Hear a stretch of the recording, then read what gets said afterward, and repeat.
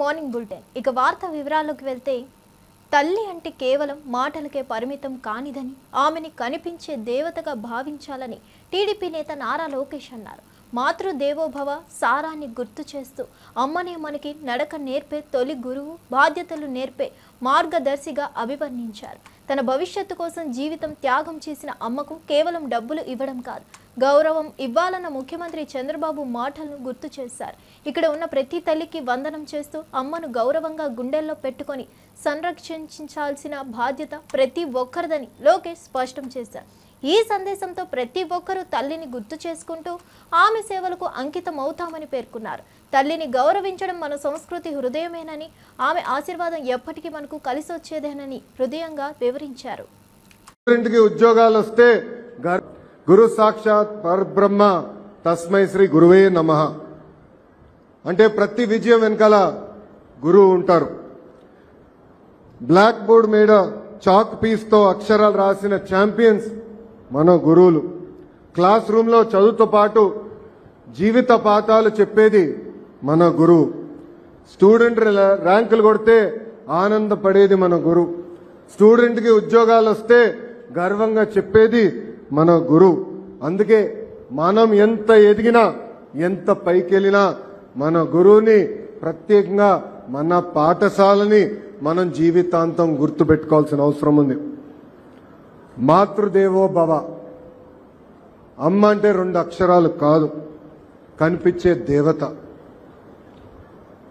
తన జీవితం మన కోసం త్యాగం చేసేది మన అమ్మ.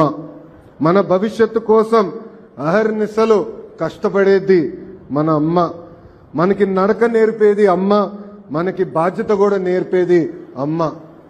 అందుకే గౌరవ ముఖ్యమంత్రి గారు తల్లికి వందనమని ఆనాడు చెప్పినప్పుడు కేవలం డబ్బులు ఇస్తాం కాదు, తల్లి పట్ల గౌరవం పెరగాలి, ఎప్పుడో తల్లికి అండగా నిలబడాలి. నేను పాదయాత్రలో ఎప్పుడు చెప్పేవాడిని, అమ్మని జాగ్రత్తగా చూసుకొని నాన్న ఏడిపించమని. అమ్మని మన గుండెల్లో పెట్టుకుని కాపాడాల్సిన బాధ్యత ఇక్కడున్న మనం. తెలంగాణ బీజేపీ ఎంపీ కొండా విశ్వేశ్వరరెడ్డి వరి సాగుపై కీలక వ్యాఖ్యలు చేశారు. రాష్ట్రంలో వరి సాగు విపరీతంగా పెరిగిందని, యూరియా ద్వారా పండిన వారిని ఇతర దేశాలు కొనుగోలు చేయట్లేదని తెలిపారు. రైతులు వరి సాగు తగ్గించాలని కేంద్రం కూడా సూచించినట్లు చెప్పారు. యూరియా వాడకం వల్ల మార్కెట్ డిమాండ్ లేకపోతున్నదని పేర్కొన్నారు. ఇక హైదరాబాద్ లో రోహింగ్యాల బెడదపై స్పందించిన ఎంపీ మహేశ్వరం బీజేపీ అభ్యర్థి శ్రీరాములు యాదవ్ ఇంటిపై రోహింగ్యాలు రెక్కి నిర్వహిస్తున్నారని ఆరోపించారు. పాక్, బంగ్లాదేశాల నుంచి వచ్చిన ముస్లింల వల్ల నగరంలో భద్రతా ప్రమాదం పెరుగుతుందని సీఎం రేవంత్ రెడ్డి వెంటనే స్పందించాలని డిమాండ్ చేశారు. హైడ్రా కూల్చివేతలపై మండిపడిన ఎంపీ హిందువుల ఇళ్లకే లక్ష్యంగా చర్యలు తీసుకుంటుందని ఆగ్రహం వ్యక్తం చేశారు. హైడ్రా వ్యవస్థపై ప్రజలకు విశ్వాసం లేకుండా పోతుందని విమర్శించారు. మా దగ్గర రైతులు తక్కువ మంది, 30 లక్షల రైతు కుటుంబాలే ఉన్నాయి. ఆడ 3 కోట్ల రైతు కుటుంబాలు ఉంటాయి. అయితే ఇక్కడ తెలంగాణలో మనకు అవసరం అనేది 19 అనుకోరాదు, 19 కోట్లు ఉంటే మనకు అవైలబిలిటీ 23 కోట్లు. అంటే దీని ప్రకారంగా ఉత్తరప్రదేశ్కు 10 ఎక్కువ ఉండాలి, కానీ 10 ఎక్కువ కాదు, 3 ఎక్కువనే ఉన్నాయి. అంటే తెలంగాణలో హైయెస్ట్ పర్ క్యాపిటా ఇన్కమ్. మనకు యూరియా ఎక్కువ కాదు, వరి తక్కువ పండించి మిల్లెట్స్ వేరేవి పండిస్తే తెలంగాణ రాష్ట్రానికి, మన ఆరోగ్యానికి, దేశ ఆర్థిక పరిస్థితికి మంచిగా అవుతుంది.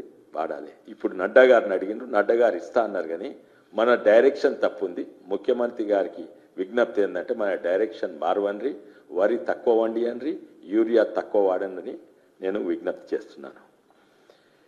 ఇంకొక ముఖ్యమైన విషయం ఏంటంటే, మొన్ననే మా నాయకుడు మహేశ్వరం, మా నాయకుడు, ఎంతోమంది నాయకులు ఉన్నారు, వాళ్ళ ఇంట్ల మీద రెక్కీ చేసిండ్రు. ఎవరు? రోహింగ్యాస్ అంట. వాళ్ళు రోహింగ్యాస్ కాదు, వారి ఇంటి చుట్టూ మోటార్ సైకిల్ మీద తిరుగుతుండ్రు. ఏందని చూసే వరకు వాళ్ళు పారిపోయినరు. మళ్ళోసారి పరిస్థితి వీళ్ళు పట్టుకుంటే వాళ్ళకు చక్కగా భాష తెలుగు అయితే అర్థమైతే లేదు, హిందీ చక్కగా మాట్లాడతలేరు. తర్వాత తెలిసింది వీళ్ళు రోహింగ్యాలని. ఇద్దరిని పట్టుకొని, ఇద్దట్లో ఒకరు దొరికి పట్టుకొని పోలీసు వాళ్ళకి ఇచ్చిండ్రు. వాళ్ళు ఉల్టా మన మీద రెక్కి చేస్తుండ్రు. మనం వాళ్ళని పట్టుకునేది పోయి మన ఇండ్ల చుట్టూ వాళ్ళు తిరుగుతున్నారు, వీళ్ళు ఏం చేస్తున్నారు పొద్దుగాలేంది. ఇటువంటి పరిస్థితి అయింది. మన బంగ్లాదేశీస్ చాలా మంది వచ్చిండ్రు, అందులో రోహింగ్యాస్ చాలా మంది ఉండ్రు. మేము పోలీస్ కంప్లైంట్ ఇచ్చినాము. ముఖ్యమంత్రి గారికి విజ్ఞప్తి ఏంటంటే ఫస్ట్ ఆఫ్ ఆల్ వీళ్ళందరినీ రౌండప్ చేసి వీళ్ళని పంపించాలి. ఎన్ని రోజులు ఇక్కడ పెడతారు రోహింగ్యాలను? ఇల్లీగల్ పాకిస్తాన్ బంగ్లాదేశ్ వాళ్ళని పట్టుకోవాలి. వాళ్ళు ఎంతమందికి ఓటర్ ఐడి కార్డు ఉన్నా అది కూడా చేయాలి. ఓటర్ ఐడి రివిజన్ మళ్ళీ చేయాలి. ఎట్లయితే బీహార్ ఇక్కడ చేస్తుండ్రో ఇక్కడ కూడా చేయాలి. ఎందుకంటే నేను మొన్ననే ఒక వీడియో చూపెట్టిన 60 ఏండ్లు బార్డర్ లేకుండే ఇండియా బంగ్లాదేశ్ మధ్యలో. యుద్ధం గెలిచినాక కూడా బార్డర్ లేకుండే. దాదాపు 70 బంగ్లాదేశ్ ముక్కలు ఇండియాలో ఉండే, 100 ఇండియా ముక్కలు బంగ్లాదేశ్లో ఉండే. ఇక్కడి నుంచి అక్కడే ఫ్రీ పోతుండే 60. అమరావతి అభివృద్ధిపై బీజేపీతో కలిసి పాలనలో ఉన్న చంద్రబాబు నాయుడు ఎందుకు ముందుకెళ్లడం లేదని ప్రశ్నించారు మాజీ మంత్రి బుగ్గన రాజేంద్రనాథ్ రెడ్డి. అమరావతిని అభివృద్ధి చేయలేకపోయిన టీడీపీ నేతలు వైఎస్ఆర్సీపీపై విమర్శలు చేస్తే ఎలా అని ఆగ్రహం వ్యక్తం చేశారు. రాష్ట్రానికి తెచ్చిన అప్పులు 2.45 లక్షల కోట్ల బడ్జెట్ ఎక్కడికి వెళ్తున్నాయో చెప్పాలన్నారు. ఒక్క పెన్షన్లకు తప్ప మరో సంక్షేమ పథకానికి కేటాయింపులు లేవని ఆరోపించారు. మామిడి, మిర్చి, పొగాకు రైతుల సమస్యలు ఏమవుతున్నాయో ప్రశ్నించారు. ఉచిత గ్యాస్, బస్సు ప్రయాణం, ఆడబిడ్డ నిధి వంటి హామీలు నిలబెట్టుకున్నారా అని నిలదీశారు. ఉద్యోగులకు పీఆర్సీ వేతనాలు సమయానికి ఇవ్వలేకపోతున్నారని విమర్శించారు. ప్రజల తరపున ప్రశ్నించడం తాను కొనసాగిస్తామని స్పష్టం చేశారు. వాళ్లకు మీరు డైరెక్ట్గా రాష్ట్ర ఖజానా మీద డబ్బులు డ్రా చేసేదానికి హక్కు కల్పించిన మాట నిజమా కాదా? మా ఛాలెంజ్ ఏం దాంట్లో గతంలో ఎప్పుడైనా ఇలా జరిగి ఉంటే నిరూపించగలరా, లేకపోతే తప్పును ఒప్పుకొని క్షమాపణ చెప్పగలరా? సింపుల్ కదా, స్ట్రైట్ క్వశ్చన్. కొత్తగా జలజీవన్ వాటర్ సప్లై కార్పొరేషన్ అని పెట్టి ఆ వాటర్ సప్లై కార్పొరేషన్ ద్వారా కూడా మళ్ళీ ఇదే పద్ధతిలో బాండ్ల ద్వారా అప్పు చేయాలనే ఆలోచనలో మీరు ఉన్నది వాస్తవమా కాదా? కాదంటే మీరు చెప్పండి కాదు అని, అవునంటే అవును అని చెప్పండి. 9 మే ఈ సంవత్సరము 3,489 కోట్లు రాష్ట్ర ఖనిజాభివృద్ధి సంస్థ బాండ్ల ద్వారా అప్పు చేయడం జరిగింది. మొన్న 25 జూను 5,526 కోట్లు, అంటే టోటల్గా ఇంచుమించు 9,000 కోట్లు మీరు బాండ్ల ద్వారా అప్పు చేయడం జరిగింది. ఇది ఖనిజాభివృద్ధి సంస్థ అప్పు చేసింది. ఈ డబ్బులు ఖనిజాభివృద్ధి సంస్థలోనే ఉన్నాయి, లేదా ఖనిజాభివృద్ధి సంస్థ అవసరాలకే వాడుతున్నారు, ఖనిజాభివృద్ధి సంస్థ వ్యాపారం పెంచేదానికే వాడుతున్నారు, ప్రభుత్వం దీన్ని వాడడం లేదని మీరు చెప్పగలరా? మీరేమంటున్నారు వారు అనబోతున్నారు? ఈ ఖనిజాభివృద్ధి సంస్థ నుంచి 400 చిల్లర లీజులు మీకు ఇచ్చినందుకు ప్రభుత్వానికి తిరిగి వాళ్ళు డబ్బులు చెల్లించారు అని అంటే మీరు చెప్పేది ఎట్లుందంటే, వారు చెప్పబోయేది ఎట్లుందంటే, ప్రభుత్వం ఆస్తినే కొంటదన్నమాట. ప్రభుత్వం సంబంధించిన కార్పొరేషన్ ఆస్తినే కొనబోతుందన్నమాట. అంటే ఇది ఎట్లుందంటే, సామాన్య మానవునికి అర్థం కావాలంటే, భార్య ఆస్తి భర్త కొంటాడు, భర్త ఆస్తి భార్య కొంటుంది, డబ్బులు చెల్లించుకుంటారు. ఇది మీరు చెప్పేది ఏందండి? మేము అడిగిన దానికి మీరు సూటి సమాధానం ఇవ్వకుండా ఏదేదో నాకు ఇది ఏం గుర్తుకొస్తుందంటే, ఇప్పటికి కూడా నాకు గుర్తుకొచ్చేది, ఇంతకుముందు కూడా 2014 నుంచి 19 5 సంవత్సరాలు మీరే పాలించినది. అప్పుడు కూడా కూటమే. అప్పుడు బీజేపీ వాళ్ళు 2 మంత్రులు మీ దగ్గర ఉన్నారు, మీ 2 మంత్రులు బీజేపీ కేంద్రంలో ఉన్నారు. కల్తీ కల్లు విషయంలో నిమ్స్ ఆసుపత్రిలో చికిత్స పొందుతున్న బాధితులను పరామర్శించిన బీజేపీ తెలంగాణ అధ్యక్షుడు రామచంద్రరావు ఘటనపై తీవ్ర ఆవేదన వ్యక్తం చేశారు. అనాధికారికంగా 6 ప్రాణాలు కోల్పోయినట్లు తెలిపారు. మృతుల కుటుంబాలకు 10 లక్షలు, ఆసుపత్రిలో చికిత్స పొందుతున్న వారికి ₹1,00,000 పరిహారం ఇవ్వాలని ప్రభుత్వాన్ని డిమాండ్ చేశారు. కొంతమంది కేవలం 1-2 సీసాల కళ్ళు తాగినందుకే కిడ్నీలు దెబ్బతిన్నాయని వెల్లడించారు. బాధితుల పరిస్థితి చూస్తే గుండె పగిలిపోతుందన్నారు. అలాంటి కళ్ళు ఎక్కడ తయారవుతుంది, ఎలా అందుతుంది అనే దానిపై ప్రభుత్వం దర్యాప్తు చేసి కఠిన చర్యలు తీసుకోవాలన్నారు. ఇటువంటి విషాద ఘటనలు మళ్లీ పునరావృతం కాకుండా చూడాల్సిన బాధ్యత ప్రభుత్వంపై ఉందని గుర్తు చేశారు. ప్రజల ప్రాణాలను తక్కువగా తీసుకోవడం శోచనీయమన్నారు. జరిగిందో ఇవన్నీ కూడా ఈరోజు నిమ్స్ డాక్టర్లు వారి ప్రయత్నాలు వాళ్ళు చేస్తూ ఉన్నారు. ఏదైనప్పటికీ కూడా లోపల వాళ్ళ పరిస్థితి చూస్తూ ఉంటే చాలా బాధగా అనిపిస్తుంది. కళ్ళులో మామూలు కళ్ళు చెట్ల మీద తీసుకుంటేనో అది పెద్ద పాయిజనస్ కాదు, అడల్టరేటెడ్ అయితేనే ప్రావిజన్స్ చెప్పేసి కూడా డాక్టర్స్ చెప్తా ఉన్నారు. దీంట్లో కలిపింది మందు, అంటే NDPS కింద వచ్చేటటువంటి ఒక psychotropic substance. Controlled substance డైజోఫామ్, అల్ఫ్రోజమా, chlorophyll లాంటి ఒక ఏవైతే డ్రగ్స్ ఉంటాయో దానికి కలిపి అక్కడ సప్లై చేయడం జరిగిందని స్పష్టంగా అర్థమవుతుంది.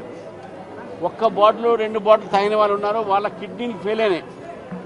అంటే ఎంత సీరియస్గా మందు కలిపి ఉండొచ్చు మీరు ఒక్కసారి ఆలోచించండి. ఎక్సైజ్ డిపార్ట్మెంటు కుమ్మక్కై కాంట్రాక్టర్స్తోని ఈ యొక్క మందు సప్లై విచ్చలవిడిగా జరుగుతుందని చెప్పేసి మేము భావిస్తూ ఉన్నాం. జనరల్ స్టోర్స్లో దొరికేటటువంటి ఒక ఏవైతే వస్తువులు అనేది దొరుకుతూ ఉన్నాయి ఇవన్నీ కిరాణా దుకాణాల్లో. ఇది ఒక ఇన్సిడెంట్, ఈ యొక్క సంఘటన ఈ రోజే కాదు, 6వ తారీఖున ముందు కూడా వికారాబాద్లో జరిగింది, కామారెడ్డిలో జరిగింది, మరి అనేక ప్రాంతాలు జరిగినాయి. కొన్ని బయటకు వస్తున్నాయి, కొన్ని బయటికి రావట్లేదు. కాబట్టి నేను ప్రభుత్వాన్ని డిమాండ్ చేస్తూ ఉన్నాను, కల్తీ మందు కలిపేటటువంటి ఒక ఏవైతే దుకాణాలు ఉంటాయో దాన్ని వెంటనే మూసివేయాలి. ఎక్సైజ్ డిపార్ట్మెంట్ రోజు తనిఖీ చేసి ఏ విధంగా వీళ్ళు కళ్ళు అమ్ముతున్నారా, కళ్ళు కలుపుతున్నారా అనే విషయం కూడా వాళ్ళు చూడాల్సిన బాధ్యత వాళ్ళకు ఉన్నది. కాబట్టి ఈరోజు ఎవరైతే చనిపోయారో వాళ్లకు మా తరఫు నుంచి మేము ప్రకాటమైన సంతాపం తెలుపుతున్నాం. డాక్టర్లు వాళ్ళ ప్రయత్నం వాళ్ళు చేస్తూ ఉన్నారు, కొంతమంది ఇంకా సీరియస్గా ఉన్నారు. 31 మంది ఇక్కడ ఒకటే హాస్పిటల్లో ఉన్నారంటే ఇంకా చాలా చోట చాలామంది వాళ్ళు ప్రైవేట్గా వేరే చోట కూడా వెళ్ళిపోవడం జరిగింది. గోదావరి పుష్కరాల ఘటనపై సంచలన వ్యాఖ్యలు చేశారు. సినిమా షూటింగ్ కోసం నాటి ముఖ్యమంత్రి చంద్రబాబు నాయుడు 30 మందిని బలి తీసుకున్నారని ఆయన తీవ్ర ఆరోపణలు చేశారు.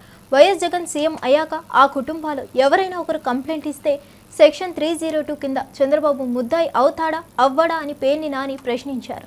అంతేకాకుండా చంద్రబాబుకు సబ్బు అందించిన లోకేష్ కూడా ముద్దాయి అవుతాడా అవ్వడా అంటూ నారా లోకేష్ పై కూడా పేర్ని నాని పరోక్షంగా విమర్శలు గుప్పించారు. సాంప్రదాయంగా అలవాటు చేసి వెళ్తే నేను ఒకసారి చంద్రబాబు నాయుడిని, ఈ రాష్ట్ర డీజీపీ గారిని ఇద్దరిని ప్రశ్నిస్తున్నా. ఇటువంటి తప్పుడు పనులు, తప్పుడు కేసులు, తప్పుడు సాంప్రదాయాన్ని ఈ రాష్ట్రానికి మీరు అలవాటు చేస్తే, ఆనవాయితీగా ఇచ్చెళ్తే 2015-16లోనో రాజమండ్రిలో కృష్ణా పుష్కరాల్లో మీరు, మీ శ్రీమతి గారు, మీ అబ్బాయి, మీ వందిమాగదులు అందరూ కలిసి గోదావరిలో బుడుంగని ముక్కు మూసుకుని 3 సార్లు మునిగింది. సినిమా తీయటానికి బోయేపాటిని తెచ్చుకుని సినిమా తీయటం వల్ల ఒక్కసారిగా మీరు గేట్లు వదలటం వల్ల 30 మంది ప్రాణాలు కోల్పోతే, వాళ్ళ కుటుంబాలు రోడ్డున పడితే, రేపు మళ్ళీ జగన్ గారు వచ్చిన తర్వాత ఆ 30 మంది కుటుంబాల్లో ఇంట్లో వాళ్ళ కూతుళ్ళో, కొడుకులో, తమ్ముళ్ళో, చెల్లిలో, భార్యలో వచ్చి జగన్ గారికి కేసిస్తే రేపు చంద్రబాబు నువ్వు 302 కింద 30 మందిని చంపావని ముద్దాయి అవుతావా అని అడుగుతున్నాను. చంద్రబాబు వెనకాల ములుగుతుంటే సబ్బందించిన లోకేష్ ముద్దాయి అవుతాడా అవడా? నిమ్మకాయల చినరాజప్ప వెనక కూర్చుని ఆయన కూడా ములగటాకి ప్రాక్టీస్ సిద్ధం. చంద్రబాబు ఎట్టా ములుగుతున్నాడో తర్వాత నేను ఎట్టా ములగాలని చూస్తున్నా. నిమ్మకాయల చినరాజప్ప కూడా ముద్దాయి అవుతాడా అవడా?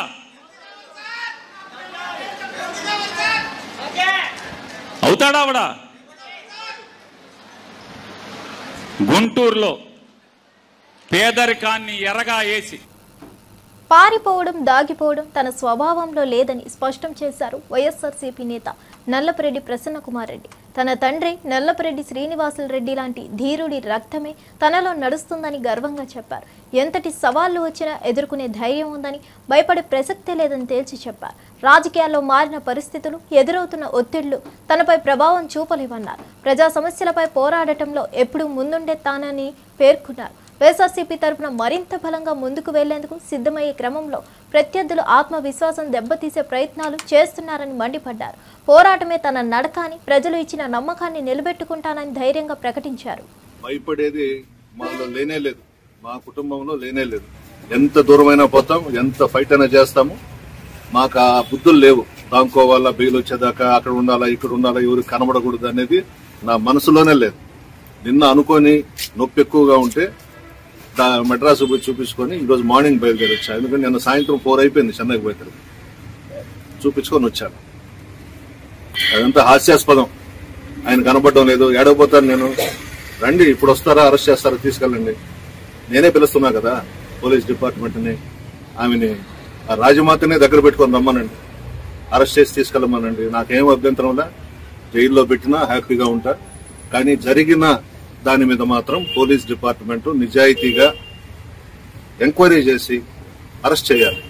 మా దగ్గర వీడియోస్ ఉన్నాయి, మా ఇంటి మీదకి వచ్చిన వాళ్ళ వీడియోస్ అంతా ఉన్నాయి. దాంట్లో సీనియర్ నాయకులు కూడా ఉన్నారు, వాళ్ళ పేర్లు నేను చెప్పను, అందరికీ తెలుసు మా వాళ్ళందరికీ. ఆ నలుగురు ఎవరో. ఇది మంచి సాంప్రదాయం కాదు, ఎవరికి కూడా జరగకూడదు ఈ విధంగా. అందులో నెల్లూరు జిల్లాలో చాలా మంచి జిల్లా మంది. ఒకరు ఎలక్షన్స్ లో తిట్టుకుంటాం, మరలా స్నేహపూర్వకంగానే ఎక్కడ కనబడ్డా మాట్లాడుకుంటాం. ఆ విధంగా ఉండాలి గాని ఏదో ఒక పదవి వచ్చిందని చెప్పి ఇచ్చల విడిగా చేయడము. ఆమె చెప్పిందంట, ప్రసన్న కుమార్ రెడ్డి కాళ్ళు చేతులు కట్టి నా కాళ్ళ కింద పడేయండి తెచ్చాను. చూద్దాం, అది కూడా రమ్మనండి, ఎవడొస్తాడో రమ్మనండి, ఉన్నా ఇక్కడనే నేను మాట్లాడొచ్చా ఆ మాట. నడమంత్రపు సిరి కాబట్టి మధ్యలో వచ్చిన డబ్బుతో అహంభావంతో ఈ వ్యవహారాలన్నీ చేస్తా ఉంది. ఆయన భగవంతుడు చూస్తాడు. బెట్టింగ్ యాప్స్ ప్రకటనలపై స్పందించిన ప్రజాశాంతి పార్టీ అధినేత కేఏ పాల్ సంచలన వ్యాఖ్యలు చేశారు. బాలకృష్ణ, పవన్ కళ్యాణ్ లాంటి ప్రముఖులు బెట్టింగ్ యాప్స్ ను ప్రమోట్ చేయలేదా అని సూటిగా ప్రశ్నించారు. టీడీపీ, జనసేన, బీజేపీ కూటమిలో ఉన్నారు కాబట్టి వారిని వదిలేస్తారా అని ఎదురు ప్రశ్నలు గుప్పించారు. రాజకీయంగా అవసరానికి అనుగుణంగా వ్యవహరించే ప్రభుత్వ యాంత్రాంగాన్ని ఎండగట్టారు. ఒకవైపు సామాన్యులపై కఠిన చర్యలు తీసుకుంటూ మరోవైపు బడా బాబుల్ని మినహాయించడం ఏంటని మండిపడ్డారు. రాజకీయ నాయకులు, సినీ ప్రముఖులు సమాజానికి ఆదర్శంగా ఉండాల్సిన అవసరం ఉందని గుర్తు చేశారు. జనం మోసపోకూడదని హెచ్చరించారు. సమాన న్యాయం అందరికీ వర్తించాలన్నారు. ఎమ్మెల్యే తెలుగుదేశం పార్టీ, పవన్ కళ్యాణ్ అనే ఉప ముఖ్యమంత్రి ఆంధ్రప్రదేశ్ లో వాళ్ళ బ్రదర్స్ ఎప్పుడు బెట్టింగ్ యాప్ ని ఎండోర్స్ చేయలేదా? ఇన్వెస్టిగేట్ చేయండి. ఎవరైనా బీజేపీతో ఉంటే సెలెక్టివ్ గా వారిని వదిలేస్తారా? అంటే టీడీపీలో, జనసేనలో మీరు కలిస్తే బీజేపీతో మీకు ఈడీ రైడ్లు ఉండవు, సిబిఐ రైడ్లు ఉండవు, ఐటీ రైడ్లు ఉండవు. మీకు పద్మభూషణలు ఇస్తారు, భారతరత్నలు ఇస్తారు, మిమ్మల్ని చాలా క్లీన్ గా కాపాడుతారు. ఎంత దౌర్జన్యంగా కాపాడుతారు, ఎంత దౌర్జన్యం, ఎంత అవినీతి ఆకాశాన్ని అంటుకుంది. మన బాలకృష్ణ అనే ఎమ్మెల్యే తెలుగుదేశం పార్టీ, పవన్ కళ్యాణ్ అనే ఉప ముఖ్యమంత్రి ఆంధ్రప్రదేశ్ లో వాళ్ళ బ్రదర్స్ ఎప్పుడు బెట్టింగ్ యాప్ ని ఎండోర్స్ చేయలేదా? ఇన్వెస్టిగేట్ చేయండి. ఎవరైనా బీజేపీతో ఉంటే సెలెక్టివ్ గా వారిని వదిలేస్తారా? అంటే టీడీపీలో, జనసేనలో మీరు కలిస్తే బీజేపీతో మీకు ఈడీ రైడ్లు ఉండవు. జర్నలిస్టులను అవమానించిన తెలంగాణ సీఎం రేవంత్ రెడ్డి వెంటనే క్షమాపణ చెప్పాలని డిమాండ్ చేశారు బీఆర్ఎస్ నేత, మాజీ ఎమ్మెల్సీ కర్నె ప్రభాకర్. గతంలో ప్రెస్ క్లబ్లో మీట్ ది ప్రెస్ కార్యక్రమంలో పాల్గొన్న వ్యక్తి ఇప్పుడు అదే ప్రెస్ క్లబ్ను క్లబ్బులు, పబ్బులుగా దూషించడం బాధాకరమన్నారు. మహాన్యూస్ ఘటనపై 5 నిమిషాల్లోనే స్పందించిన మీడియా సంఘాలు ఇప్పుడు ఎందుకు నోళ్లు మూసుకున్నాయో ప్రశ్నించారు. రేవంత్ వ్యాఖ్యలపై బీజేపీ, కమ్యూనిస్ట్ పార్టీలు కూడా స్పందించకపోవడం ఆశ్చర్యకరమన్నారు. బీఆర్ఎస్ తరపున ఈ వ్యాఖ్యలను తీవ్రంగా ఖండిస్తున్నామని స్పష్టం చేశారు. మీడియా, పాత్రికేయుల గొప్పతనాన్ని కించపరిచే ప్రకటనలు చేయడం నిందనీయమని అన్నారు. ప్రజాస్వామ్యంలో మీడియా గౌరవాన్ని కాపాడాల్సిన అవసరం ఉందని వ్యాఖ్యానించారు. విమర్శలు చేసినటువంటి రేవంత్ రెడ్డి ఆ సోమాజిగూడ ప్రెస్ క్లబ్ని అవమానించడం అనేటువంటిది దుర్మార్గం. రేవంత్ రెడ్డికి ఒక లక్షణం ఉన్నది, ఏరు దాటగానే తప్ప ముంచేటువంటి లక్షణం ఉన్నది రేవంత్ రెడ్డికి. అందుకే ఆయన అనేక సందర్భాల్లో ఒక మాట చెప్పుకుంటూ వస్తున్నాడు, నేను నల్లమల బిడ్డను తొక్కుకుంటొచ్చి ముఖ్యమంత్రి అయినని. ఎస్, నువ్వు ఉత్తమ్ కుమార్ రెడ్డిని తొక్కింది వాస్తవమే, నువ్వు కోమటిరెడ్డి వెంకటరెడ్డిని తొక్కింది వాస్తవమే, నువ్వు శ్రీధర్ బాబుని తొక్కుంటొచ్చింది వాస్తవమే, నువ్వు కాంగ్రెస్ జెండాలను మోసినటువంటి అనేక మంది నాయకులని, త్యాగాలు చేసినటువంటి నాయకులని నీ కుట్రలతోటి, నీ కుతంత్రాలతోటి తొక్కుకుంటొచ్చింది వాస్తవమే. కానీ చివరికి నీ మాట, నీ గొంతయి ప్రపంచానికి వినిపించినటువంటి జర్నలిస్టులను కూడా నేను తొక్కుతా అని చెప్పేసి మాట్లాడము, గతంలో మాట్లాడినాం. చివరికి వేదిక అయినటువంటి సోమాజిగూడ ప్రెస్ క్లబ్ని కూడా క్లబ్గా మాట్లాడి, అది ఒక పబ్బు క్లబ్గా మాట్లాడి తెలంగాణ సీఎం రేవంత్ రెడ్డికి ఎమ్మెల్సీ కవిత సవాల్ విసిరారు. పదే పదే కేసీఆర్ అసెంబ్లీలో ఎందుకు రాలేదంటూ విమర్శలు చేస్తూ ప్రజల దృష్టి మళ్లించేందుకు డైవర్షన్ పాలిటిక్స్ చేస్తున్నారని మండిపడ్డారు. మహిళల సంక్షేమంపై చర్చకి సిద్ధంగా ఉన్నామన్నారు. మేము అందరం మహిళలు మీ పోలీస్ కమాండ్ కంట్రోల్ సెంటర్కు వస్తామని ప్రకటించారు. నెలకు 2500 మహిళలకు ఇవ్వాలన్న హామీ ఏమైందో, తులం బంగారం ఇచ్చే హామీ ఎందుకు అమలు చేయలేకపోతున్నారో, పింఛన్లు పెంచలేకపోయినా కారణమేమిటో ముఖాముఖి చర్చ చేద్దామని సవాల్ విసిరారు. రేవంత్ రెడ్డి ప్రభుత్వం మోసపూరిత పాలన చేస్తుందని ప్రజలు అన్ని గమనిస్తున్నారని హెచ్చరించారు. హామీలను అమలు చేయడంలో విఫలమవుతున్న కాంగ్రెస్ పాలనపై విమర్శల వర్షం కురిపించారు. అనేక మంది స్థానిక నాయకులు వీరన్న గారి ఆధ్వర్యంలో, కిషన్ నాయక్ గారి ఆధ్వర్యంలో, మా తమ్ముడు పవన్ గారు మాధవ్ గారి ఆధ్వర్యంలో చేరడం జరిగింది. మరి జాగ్రత్తలు నాయకుల కార్యకర్తలందరికీ కూడా ధన్యవాదాలు తెలియజేస్తున్నారు. మరి ముఖ్యమంత్రి రేవంత్ రెడ్డి గారు పదే పదే కేసీఆర్ గారు అసెంబ్లీకి రావాలని రంకెలేస్తున్నట్టుగా కనబడుతూ ఉన్నారు. వారిని నిజంగా కూడా వాదన చేయాలనుకుంటే, మీకు నిజంగా కూడా చర్చ చేయాలనుకుంటే మీ పోలీస్ కమాండ్ కంట్రోల్ రూమ్ కి మేము మహిళలు అందరం కూడా వస్తాం. చర్చ పెట్టండి.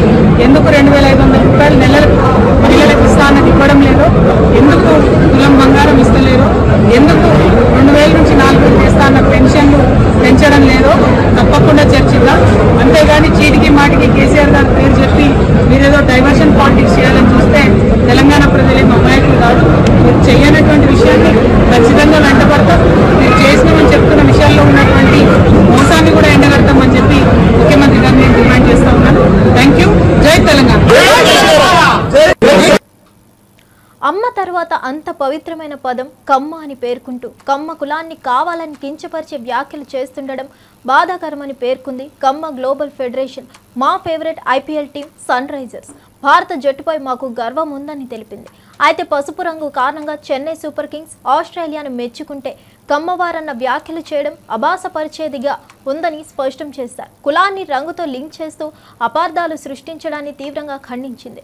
సోషల్ మీడియాలో జరుగుతున్న నిరాధార ఆరోపణలు, విడ్డూర కామెంట్లు ఆపాలని కోరింది. సృష్టించబడిన అపవాదాలను తిప్పికొడతామని, అవసరమైతే చట్టపరంగా ముందడుగు వేస్తామని హెచ్చరించింది. కలుసుకోవడం, గౌరవించడం మానవతా విలువల భాగమని తెలిపింది. భాగంగా ఉభయ తెలుగు రాష్ట్రాలు ఏ విధంగా నష్టపోయాయో మనం ప్రత్యేకంగా చెప్పాల్సిన పని లేదు.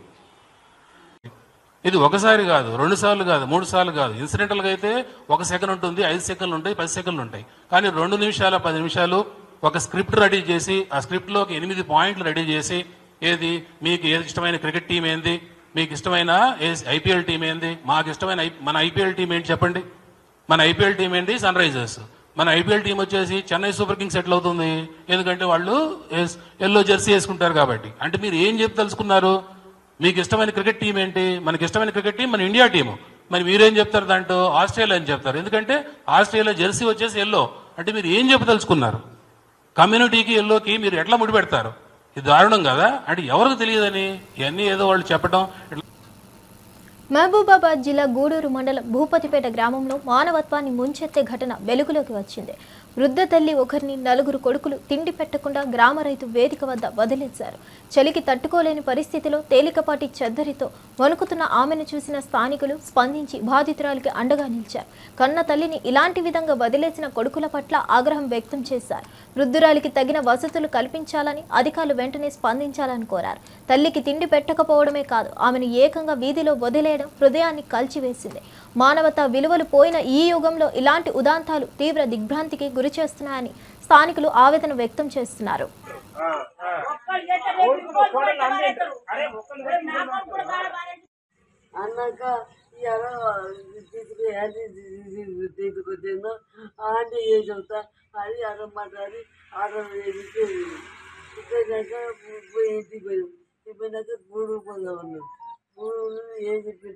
అది ఇంటికి వచ్చినాం. ఇంటికి వచ్చినాక మళ్ళీ మధ్యకి పోయినాం. మధ్య పోయాక మా ఇంటికి వద్దాను.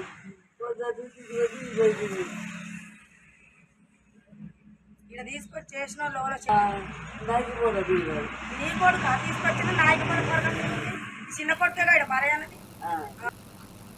తన తొలి చిత్రం దొరసానికి గ్రామీణ సంస్కృతి అర్థం చేసుకోవడంలో మై విలేజ్ షో ఎంతగానో దోహదపడిందని యంగ్ హీరో ఆనంద్ దేవరకొండ తెలిపారు. ఇటీవల విడుదలైన మోతీవరి లవ్ స్టోరీ టైటిల్ పోస్టర్ను విడుదల చేసిన అనంతరం మాట్లాడారు. ప్రేమ కామెడీతో మేళవించిన ఈ వెబ్ సిరీస్ ప్రేక్షకులను ఆకట్టుకుంటుందని విశ్వాసం వ్యక్తం చేశారు. శివకృష్ణ బుర్రా దర్శకత్వంలో రూపొందిన ఈ సిరీస్ ఆగస్టు 8 నుంచి G5లో స్ట్రీమింగ్ కానుంది. అనిల్ జీలా, వర్షిణి రెడ్డి ప్రధాన పాత్రల్లో నటించారు. తెలంగాణ పల్లెటూరి వాతావరణాన్ని నేపథ్యంలో తీసిన ఈ సిరీస్ కథ ఒక పెళ్లి చుట్టూ తిరుగుతుంది. ఆనంద్ మాట్లాడుతూ పల్లెటూరి మాటలే కాదు, అక్కడి జీవన శైలి కూడా తనకు ఎంత దగ్గరగా ఉందో వెల్లడించారు. స్థానికత, సంస్కృతి పరంగా మోతేవరి లవ్ స్టోరీ ప్రత్యేకంగా నిలుస్తుందని తెలిపారు. అన్ని మై విలేజ్ ఫామ్ల కుకింగ్ ఇవన్నీ మా అందరు చూస్తుండే, సో నేను కూడా దానికి అలవాటు పడి అవే చూస్తుండే. ఇంకోటి మధురా శ్రీధర్ సార్ నన్ను నా ఫస్ట్ ఫిలిం దొరసానికి నాకు ఆపర్చునిటీ ఇచ్చినప్పుడు అది చాలా రూరల్ వరంగల్లో జరిగే కదా, అది కూడా 1980sలో జరిగే కదా. నాకు అంతగా తెలియదు ఆ కల్చర్ గురించి ఎలా ఉంటుంది ఏంది కదా అంటే మొత్తం రీసెర్చ్ అంతా నేను మై విలేజ్ షోలోనే చేసిన. భాష కానీ ఊర్లో ఫర్ ఎగ్జాంపుల్ అవ్వతోటి ఎట్లా మాట్లాడుతుంటారు దాంట్లో చాలా ఉంటాయి దొరసానిలో. సో నా రీసెర్చ్ అంతా మీ యూట్యూబ్ ఛానల్లోనే చేసిన. సో నేను ఒక్క నిమిషం కూడా ఆలోచించి కూడా I want pay it back to you. అంటే మీరు నా జర్నీకి తెలియకుండానే ఒక పాత్ర ప్లే చేసిండ్రు. సో నేను ఇలా I didn't come to say launch of this poster, I wanted to say thank you. నేను యూఎస్లో చదువుకుంటున్నప్పుడు ఒక 4-5 years అక్కడనే ఉన్నా. చాలామంది రిలేటివ్స్ దగ్గరకో ఫ్రెండ్స్ దగ్గరికి పోతే సిద్ధార్థ్, శరత్ కుమార్, దేవయాని ప్రధాన పాత్రల్లో నటించిన 3BHK సినిమా ప్రేక్షకుల్ని ఆకట్టుకుంటుంది. శ్రీ గణేష్ దర్శకత్వం వహించిన ఈ చిత్రం మంచి టాక్ తెచ్చుకుంది. తాజా విజయోత్సవంలో భాగంగా హీరో సిద్ధార్థ్ హైదరాబాద్లోని పలు థియేటర్లను సందర్శించి అభిమానులతో కలిసి సినిమా వీక్షించారు. ఈ సందర్భంగా మీడియాతో మాట్లాడిన సిద్ధార్థ్, మంచి సినిమా ఎప్పటికీ ప్రేక్షకులు ఆదరిస్తారన్న నమ్మకాన్ని మరోసారి ఈ చిత్రం రుజువు చేసిందన్నారు. ప్రేక్షకుల ప్రేమతో గర్వపడుతున్నట్లు పేర్కొన్నారు. కుటుంబానికి దగ్గరగా ఉండే కంటెంట్, భావోద్వేగాలు ప్రేక్షకుల హృదయాలను గెలిచాయని చెప్పారు. నటీనటుల ప్రతిభకు పెద్దపీట వేసిన విధంగా దర్శకుడు సినిమాను తీర్చిదిద్దాడని ప్రశంసించారు. థియేటర్కు వచ్చిన ప్రేక్షకులకు కృతజ్ఞతలు తెలిపారు. 3BHK విజయంతో తనపై మరింత బాధ్యత పెరిగిందని చెప్పారు. సినిమాలకి ఎప్పుడు మీ దగ్గర అది ఇలాంటి ఒక ఫ్యామిలీ క్రౌడ్ దగ్గర ఎప్పుడు ఒక రిసెప్షన్ ఉంటుందని నమ్మకం. ఈ 3BHK it's a little piece of my heart. మీతో ఈ ఎండ్ క్రెడిట్స్ చూడటం really it's an unforgettable moment for me. And నేను ఇలాగే ప్రతి ఊరికి వెళ్ళి ఇలాంటి థియేటర్లో నేను సినిమా మీతో కలిసి చూడాలని నా కోరిక. I'm gonna try to do that. 5 ఏళ్ళు లైఫ్ దాటిన తర్వాత ప్రతి మనిషి ఏదో ఒక విషయంలో లైఫ్ని రీసెట్ చేస్తాడు. అది సమ్ టైమ్స్ మనమే చేస్తాం, సమ్ టైమ్స్ పరిస్థితి ప్రభావంగా ఉంటుంది, సమ్ టైమ్స్ సమాజం మమ్మల్ని అలా చేయి పట్టుకుని చేస్తుంది. జమ్మూ కాశ్మీర్ రియాసీలోని చీనాబ్ నదిపై నిర్మించిన వింత దృశ్యమైన రైల్వే వంతెన సందర్శకులను విశేషంగా ఆకర్షిస్తుంది. ఇటీవల ప్రధాని నరేంద్ర మోదీ ప్రారంభించిన ఈ చీనాబ్ ఉక్కు వంతెన ప్రపంచంలోని ఎత్తైన రైల్వే ఆర్చ్ బ్రిడ్జ్గా గుర్తింపు పొందింది. నది మట్టానికి 359 మీటర్ల ఎత్తులో ఉండే ఈ బ్రిడ్జ్ పొడవు 1315 మీటర్లుగా ఉంది. ప్రస్తుతం వర్షాల నేపథ్యంలో వంతెన చుట్టూ మేఘాలు అలుముకోవడంతో దృశ్యం మరింత ఆహ్లాదకరంగా మారింది. సహజ సిద్ధమైన అందాలతో పాటు వాస్తవిక నిర్మాణ కళ కూడా పర్యాటకులకు ఇముడించుతుంది. 1486 కోట్ల వ్యయంతో తయారైన ఈ వంతెన దేశ సాంకేతిక సామర్థ్యానికి అద్దం పడుతుంది. జమ్మూ, శ్రీనగర్ మధ్య రైలు ప్రయాణానికి ఇది కీలకంగా మారనుంది. దేశ అభివృద్ధి ప్రాజెక్టుల పరంగా ఈ వంతెన ఒక గొప్ప మైలురాయిగా నిలిచిందని విశ్లేషకులు చెబుతున్నారు.